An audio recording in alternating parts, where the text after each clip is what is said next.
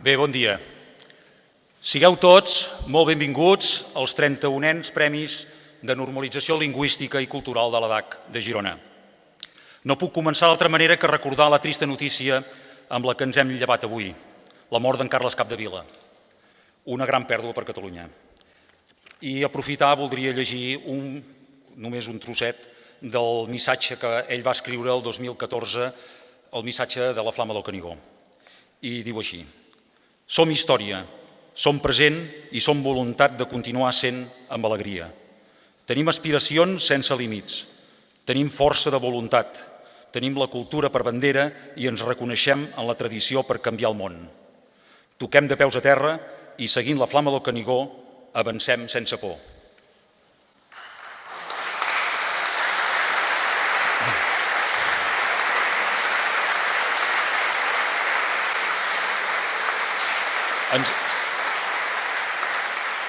En segon lloc, vull agrair als companys de l'Ateneu, especialment els de la Comissió de Normalització, tota la feina que han estat fent per organitzar aquest acte de lliurament dels premis.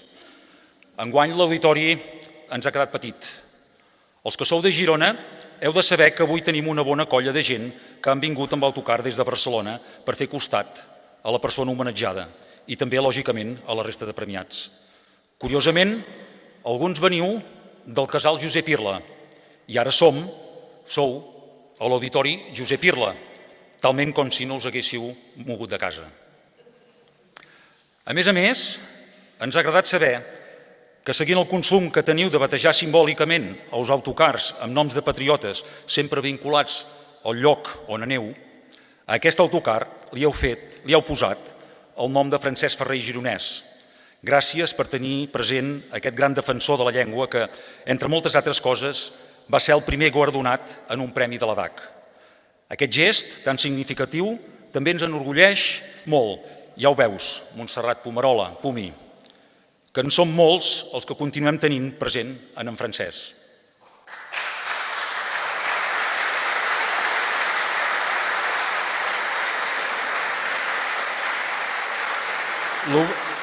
L'homenatjada avui, la Teresa Clota, veureu que n'és un bon exemple d'aquest esperit lluitador. Permeteu-me que us expliqui un record personal que tinc per demostrar-vos que, quan es tracta de fer servei al país, la Teresa fa tots els papers de l'AUCA. Un diumenge al matí, que érem a Barcelona, la vam veure travessar la plaça de Sant Jaume amb pas ferm i carregada amb un ram de flors.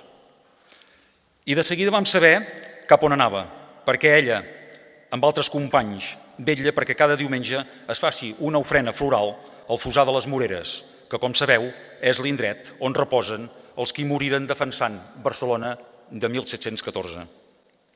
Benvolguda Teresa, com a president de l'EDAC vull donar-te les gràcies per la feina que has fet i que de ben segur ho faràs durant molts anys. I aprofito per demanar-te que, si et sembla bé, quan acabem l'acte, t'enduguis aquest ram que ara tenim guarnint la taula i que diumenge el portis com a ofrena de l'EDAC al Fossar. Moltes gràcies, Teresa.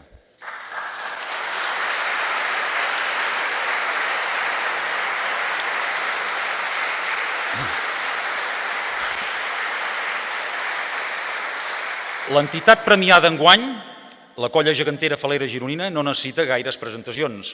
Ha estat gràcies al treball dels seus membres que Girona ha recuperat expressions de cultura popular i tradicional que havien quedat massa adormides i arraconades. I el seu mestratge ha servit perquè aquests darrers anys hagin aparegut noves colles geganteres i d'imaginatiu festiu arreu de la ciutat. Enguany celebren els seus primers 20 anys de vida i imaginem que aquest premi els serà també un bon regal d'aniversari.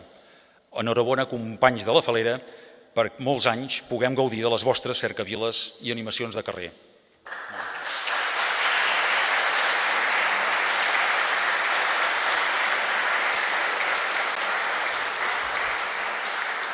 Ara que estem tan il·lusionats amb la nova república, convé que tinguem present que de catalans no només ho som els que vivim a les 4 províncies que conformen el que per als espanyols és la comunitat autònoma de Catalunya, que si tot va bé serà aquesta la part de la nació que aconseguirà recuperar abans la independència. No hem d'oblidar els intents d'esquarterament que han patit el nostre poble al llarg de la història i que han pretès allunyar de la catalanitat els habitants de poblacions com Fraga o Perpinyà.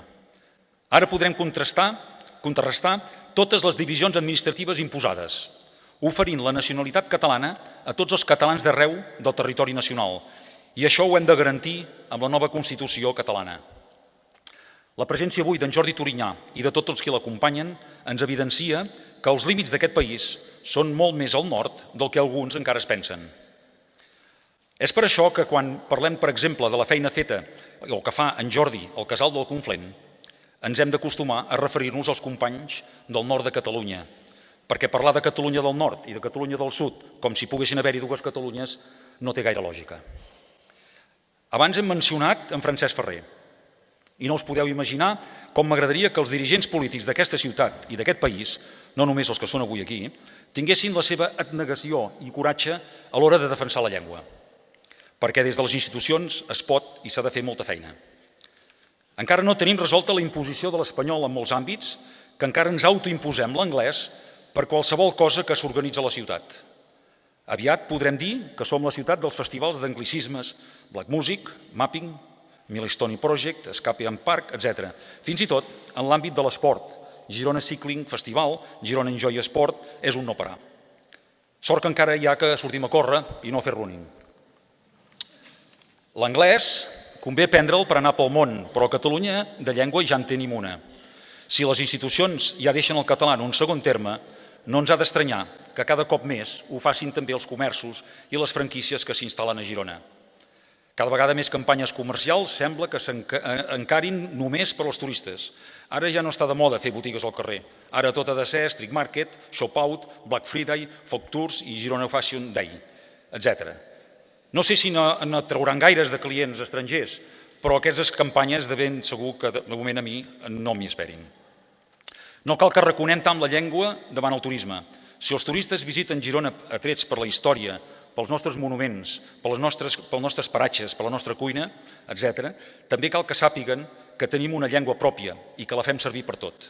Podríem dir que no volem uns turistes qualsevol, sinó que volem gent amics, gent que ens estimi, ens valori i ens respecti pel que som. Em sap greu dir-ho, però em fa l'efecte que aquella fama del Girona Rai, pel que fa a la llengua, ja fa temps que ens estem deixant perdre.